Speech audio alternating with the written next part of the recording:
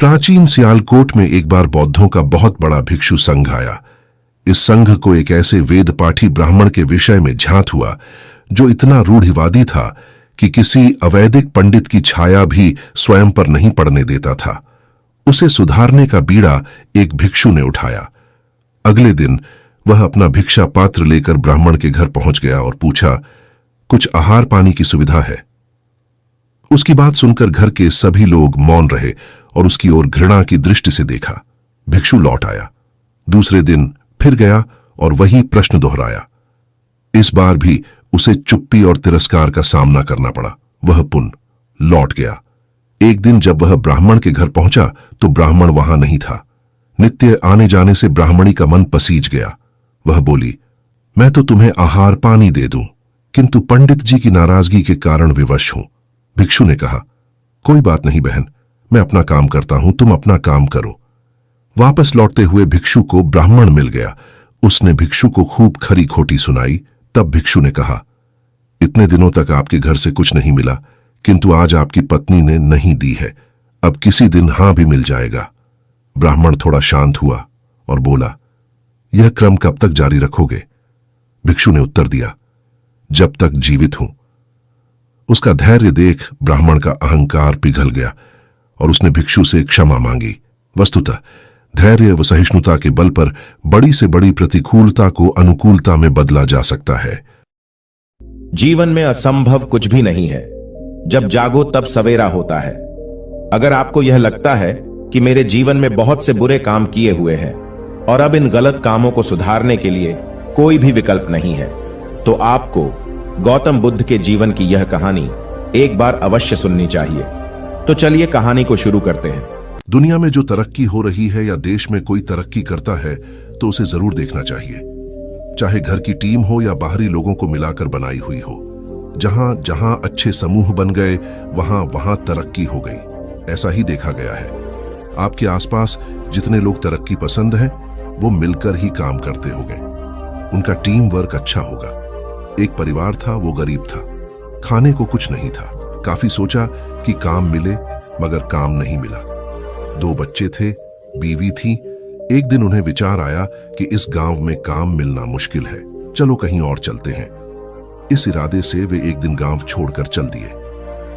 रात का समय था, रास्ता भी जंगली था।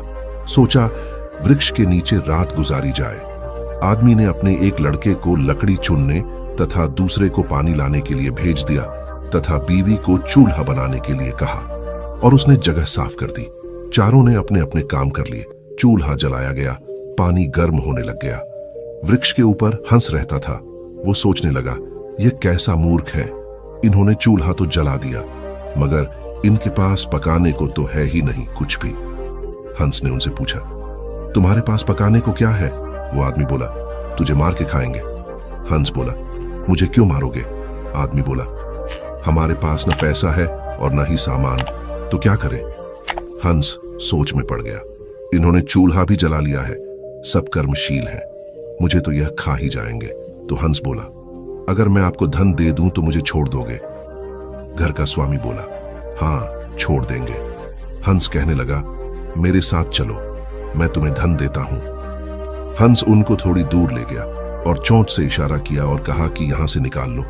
उन्होंने गड्ढा खोदा और वहां से धन निकाल लिया। हंस का धन्यवाद करके वापस अपने गांव आ गए और एक ही दिन में खूब मौज से रहने लग गए। अब उनके घर में किसी चीज की कमी नहीं थी। पड्डिड होसी ने देखा कि इस परिवार के पास ऐसी कौन सी चीज आ गई जो इनके पास इतना कुछ आ गया। उसने छोटे लड़के को बुलाकर सारी बात पूछ ली कि पैसा कहां से आया है। उनके भी 2 बच्चे थे, उन्होंने भी ऐसी योजना बनाई और चल दिए। उन्होंने भी उसी वृक्ष के नीचे डेरा लगा लिया। आदमी ने अपने बड़े लड़के को कहा, लकड़ी लाओ, तथा छोटे लड़के को पानी लाने के लिए कहा, परंतु दोनों आनाकानी करने लगे। बीबी ने भी कहा कि मैं थक चुकी हूं। जैसे जैसे पानी लकड़ी इकट्ठी हो गई और पानी गर्म होने लगा। हंस फिर आया और बोला, तुम्हारे पास खाने को तो नहीं है तो फिर पानी गर्म कर रहे हो? आदमी बोला, तुझे मार कर खाएंगे।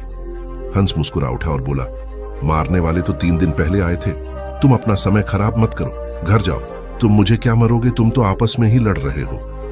जिन्होंने दूसरों को जितना होता है वे खुद नहीं लड़ते। संसार का नियम भी ऐसा ही है। जिन लोगों ने तरक्की करनी है वे मिलकर चलते हैं और आज भी संसार में उनका ही बोलबाला है। जो आपसी तालमेल में रहते हैं वे ही समाज रूपी हंस को जीत सकते हैं।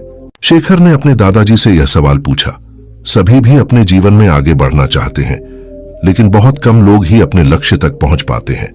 अगर अपने लक्ष्य तक पहुंचना है तो क्या करना चाहिए? शेखर स्नातक अंतिम वर्ष का छात्र है और प्रतियोगिता परीक्षाओं की तैयारी कर रहा है। उसके दादाजी प्राइमरी स्कूल से रिटायर्ड शिक्षक हैं। उन्होंने शेखर का सवाल सुनने के बाद कहा, अपने लक्ष्य तक पहुंचने के लिए व्यक्ति को सबसे पहले खुद को असफलताओं को स्वीकार करने के लिए तैयार करना चाहिए। दादाजी का जवाब सुनने के बाद शेखर ने पूछा, मैं आपकी बात समझ नहीं पाया। आखिर अपने आप को असफलता के लिए तैयार कर सफलता कैसे पाई जा सकती है? शेखर का सवाल सुनने के बाद दादाजी ने कहा, इस बात को मैं तुम्हारा ही उदाहरण देकर समझता हूं। तुम इस समय प्रतियोगिता परीक्षाओं की तैयारी कर रहे हो। तुम अगले वर्ष होने वाली परीक्षाओं में बैठोगे। तुम यही सोचकर बैठोगे कि तुम्हें सफलता मिलेगी। दादाजी की बात पर शेखर ने हाँ में सिर हिलाया। इसके बाद दादाजी जी ने कहा, मान लो तुम अपने पहले प्रयास में असफल हो जाते हो तो तुम क्या करोगे? शेखर ने कहा, मुझे बहुत निराशा होगी। मैं तैयारी में अपनी तरफ से कहीं कमी नहीं छोड़ रहा हूं। दादाजी ने कहा, निराशा ही असफलता की जड़ अच्छा है। वह कैसे? शेखर ने सवाल किया। दादाजी बोले, तुम्हें लगता है कि तुम्हारी तैयारी मुकम्मल है, लेकिन परीक्षा तो दूसरे की इच्छा पर निर्भर है। अगर तुम पहले प्रयास में असफल होने के बाद निराश हो जाते हो तो तुम्हारी आगे की तैयारी प्रभावित होगी। अगर तुम असफलता को अपनी कमियों को दुरुस्त करने का मौका मानोगे तभी आगे की तैयारी में उन्हें दूर कर पाओगे। हर परीक्षार्थी यही सोचता है कि उसकी तैयारी पूरी है, लेकिन सफलता कुछ लोगों को ही मिलती है। ये वही लोग होते हैं जो अपनी असफलता से सीखते हैं ही और दूसरों की असफलता से भी सीखने की कोशिश करते हैं। नुकसान का मातम मनाने से नहीं मिलती सफलता।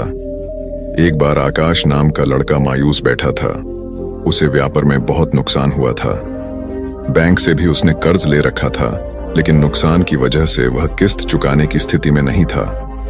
उसे डर लग रहा था कि बैंक वाले दबाव बनाने लगेंगे तो वह क्या करेगा। उसे यह भी समझ में नहीं आ रहा था कि आगे कौन सा काम शुरू करें। जिस बिजनेस में नुकसान हुआ था उसे दोबारा शुरू करने की हिम्मत आकाश में नहीं थी। यही सब सोचकर वह परेशान रहने लगा। एक दिन उसका दोस्त परेश उससे मिलने आया। परेश ने आकाश को देखते ही कहा, क्या बात है यार, बहुत परेशान लग रहे हो। आकाश ने अपनी परेशानी छुपाने की कोशिश करते हुए कहा, कुछ नहीं यार, बिजनेस में थोड़ा उतर चढ़ाव आता रहता है। परेश ने कहा, तुम्हारा चेहरा बता रहा है कि मामला गंभीर है, मुझसे छुपाओ नहीं। परेश की बात सुनकर आकाश ने उसे अपनी सारी कहानी बता दी। इसके बाद उसने पूछा, मेरी जगह तुम होते तो क्या करते? परेश ने थोड़ा सोचने के बाद कहा, अगर मैं तुम्हारी जगह होता तो अपनी असफलता पर पछतावा नहीं करता। आगे क्या करना है उस पर विचार करता। पछतावा करते रहने से आदमी नुकसान से, दुख से बाहर नहीं निकल पाता है। मेरी मानो तो तुम नए सिरे से अपने बिजनेस को खड़ा करने की सोचो। मित्र की सलाह के बाद आकाश ने कहा, तुम बात तो ठीक कह रहे हो, लेकिन मुझ में फिर से वही बिजनेस शुरू करने की हिम्मत नहीं है। इस पर परेश ने कहा, यह सही है कि तुम्हें नुकसान हुआ है, लेकिन तुम्हें तजुर्बा भी मिला है। अगर तुम कुछ नया शुरू करने की योजना बनाते हो तो तुम्हें शून्य से शुरू करना होगा। अगर तुम अपने पुराने काम को नए सिरे से शुरू करते हो तो तुम्हें बहुत ज्यादा होमवर्क करने की जरूरत नहीं पड़ेगी। मेरी राय में तुम्हें नुकसान का मातम नहीं मानना चाहिए। काम को नए सिरे से शुरू करने की प्लानिंग करनी चाहिए। जितना ज्यादा नुकसान के बारे में सोचोगे उतना अधिक तुम अपनी सफलता से दूर होते जाओगे। तो असफलता से भी सीखने की कोशिश करनी चाहिए। शेखर ने अपने दादाजी से यह सवाल पूछा। सभी भी अपने जीवन में आगे बढ़ना चाहते हैं, लेकिन बहुत कम लोग ही अपने लक्ष्य तक पहुंच पाते हैं। अगर अपने लक्ष्य तक पहुंचना है तो क्या करना चाहिए? शेखर स्नातक अंतिम वर्ष का छात्र है और प्रतियोगिता परीक्षाओं की तैयारी कर रहा है। उसके दादाजी प्राइमरी स्कूल से रिटायर्ड शिक्षक हैं। उन्होंने शेखर का सवाल सुनने के बाद कहा, अपने लक्ष्य तक पहुंचने के लिए व्यक्ति को सबसे पहले खुद को असफलताओं को स्वीकार करने के लिए तैयार करना चाहिए। दादाजी का जवाब सुनने के बाद शेखर ने पूछा, मैं आपकी बात समझ नहीं पाया। आखिर अपने आप को असफलता के लिए तैयार कर सफलता कैसे पाई जा सकती है? शेखर का सवाल सुनने के बाद दादाजी ने कहा, इस बात को मैं तुम्हारा ही उदाहरण देकर समझता हूं। तुम इस समय प्रतियोगिता परीक्षाओं की तैयारी कर रहे हो। तुम अगले वर्ष होने वाली परीक्षाओं में बैठोगे। तुम यही सोचकर बैठोगे कि तुम्हें सफलता मिलेगी। दादाजी की बात पर शेखर ने हाँ में सिर हिलाया।